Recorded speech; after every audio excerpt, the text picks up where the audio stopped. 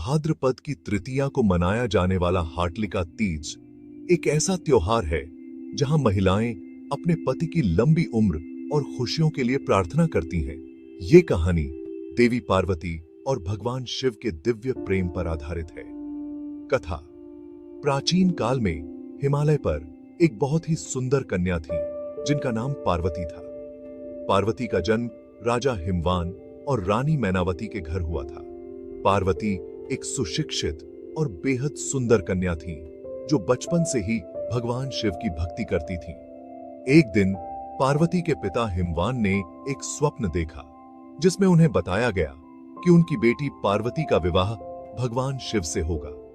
हिमवान ने इस सपने को सच मानते हुए पार्वती के लिए एक उपयुक्त वर की तलाश शुरू की, लेकिन भगवान शिव को पार्वती की भक्ति और समर्पण का पता नहीं था।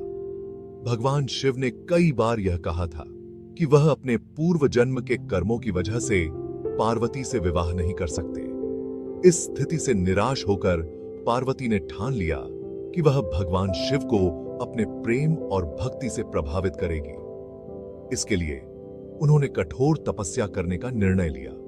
पार्वती ने एकांत में जाकर तपस्या करने लगी। उन्होंने कई वर्षों तक अन्न जल का सेवन किए बिना सिर्फ फल फूल खाकर तपस्या की। उनकी इस कठोर तपस्या को देखकर भगवान शिव बहुत प्रभावित हुए। उन्होंने सोचा कि पार्वती की भक्ति और समर्पण को नकारना उचित नहीं है। भगवान शिव ने पार्वती को दर्शन दिए और उनकी तपस्या और प्रेम को स्वीकार किया। भगवान शिव ने पार्वती से कहा कि उनकी तपस्या सफल हो गई है और वे उनके साथ विवाह के लिए तैयार हैं। पार्वती ने खुशी खुशी भगवान शिव के साथ विवाह कर लिया और उनके साथ एक सुखमय जीवन बिताने लगी। इस प्रकार हार्तालिका तीज का त्योहार पार्वती की तपस्या, भक्ति और प्रेम की कहानी को दर्शाता है।